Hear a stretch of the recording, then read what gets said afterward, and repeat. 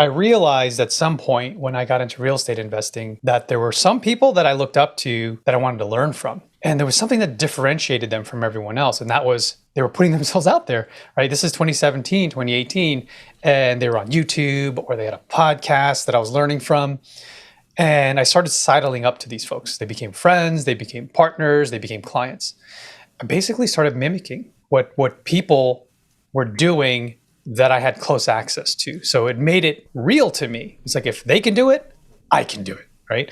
So one of the questions you asked is like, how do you differentiate yourself? Well, they were differentiating themselves because they were putting themselves out there, right? That's one thing. Not everyone puts themselves out there, right? It may look like there's a lot of people doing it, but trust me, there's a very, very, very small percentage of people out there who are putting themselves out there on a consistent basis.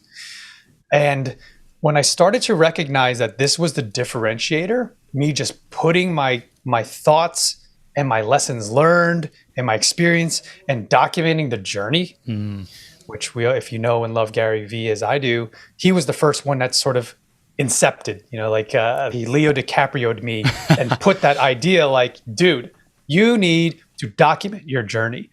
So my very first podcast 4 or 5 years ago, I was in my basement, dude, on my cell phone, recording into an app and saying, hey, I don't know where this is going to go, but I'm recording and this is the lessons learned. And I'm sure if I go back and listen, if anyone goes back and listen, I didn't know crap back then. Like I thought I knew what I was talking about, but I was being vulnerable.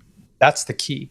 If you can put yourself out there and you want to differentiate yourself, be true, be honest, be vulnerable, because that's how people relate to you. That's how people understand you're human and you're not one of these guys that's puffing his chest and banging and ruffling his feathers, because you're sharing your failures and you're putting out lessons so that they don't have to make the mistakes that you're making. So that's what I did. I wrapped my head around that and I implemented it. And, years later, I was like, wow, this has proven itself to work over time. Didn't happen overnight, took years and years and years and years. But eventually what you do and you create and what you realize is, wow, I just created a digital breadcrumb of my story and journey. So it leads to me now. And I just created trust because now they know who I am.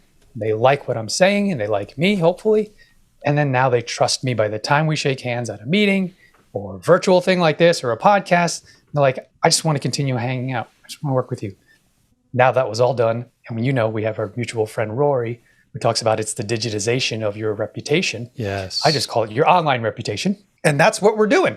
And it's necessary at this point. There's really no question. Agreed.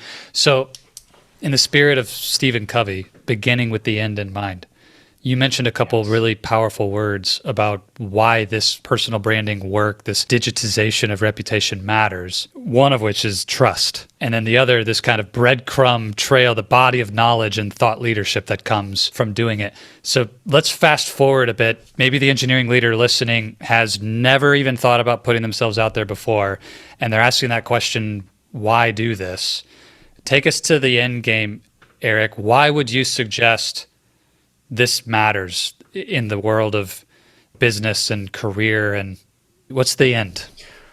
There's two choose your own adventures, so to speak. There's the one where you want to create a business potentially, and you want to offer value to the world, right? And you do that by creating results, getting someone to the end and being along the journey with them. So that's a company. That's what I did and continue to do. But then there's also the person that wants to succeed up the corporate ladder. They want to be the VP. They want to be the president. They want to be a partner in whatever industry, whatever company that they're currently working in. Now, today, Zach, today's day and age, when I was growing up, it didn't matter what your online reputation was, but today it does matter, because as statistics show, especially from our group Brand Builders, statistics show that it is expected for you to have a personal brand at any level, whether you're an attorney, you're a CPA, you're a corporate, you're a C-suite level person. People want to do business with people if they have that online reputation set up, because now you're doing all the hard work for them. They don't need to go, give me your 5 references. Let's have 6 interviews with you.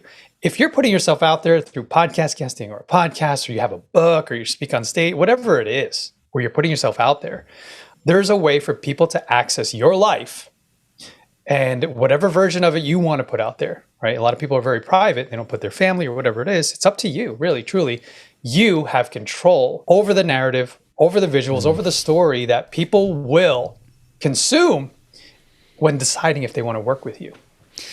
I just want to put a giant exclamation point on what you just said, because it's easy, especially if you're in a big company. You might feel that you've got a safe, secure job. You're getting that W-2 morphine drip paycheck every month. And it may feel like none of this is necessary as an engineering leader. It's like, this doesn't apply to me. But it absolutely does. And honestly, who doesn't at least check your LinkedIn profile and Google you? It's happening. It matters now, and it's going to matter even more in the future.